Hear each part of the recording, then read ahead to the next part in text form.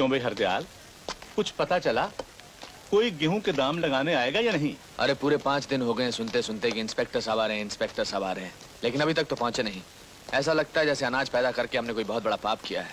मुझे तो पता चला है कि इंस्पेक्टर साहब यहीं कहीं मंडी में हैं। मंडी छोड़कर जाएंगे कहाँ?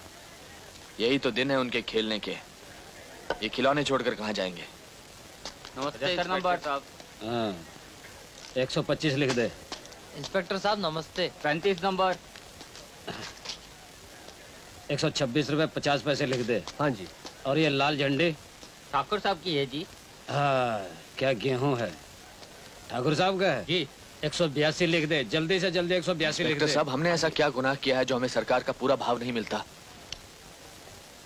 तुम्हारा गुनाह ये है कि तुम किसान हो। लेकिन चले आते हैं, बहुत ज्यादा चाहिए।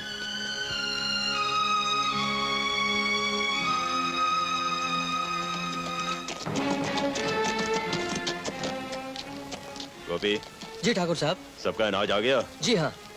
जब अनाज तुल जाए तो आधा हिस्सा बतौर ब्याज हमारे गोदाम में पहुंचा देना। आप चिंता मत कीजिए ठाकुर साहब, सारे व्यापारी यहाँ बैठे हुए हैं। आपका ब्याज सबसे पहले कटेगा।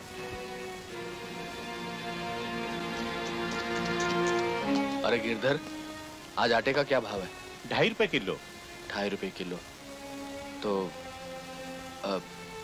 1 क्विंटल आटे की बोरी का भाव कितना हुआ? 250 रुपए।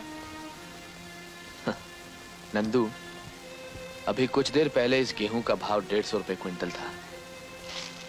मंडी से चलकर राशन की दुकान तक पहुंचा तो इस आटे का भाव 250 रुपए क्विंटल हो गया।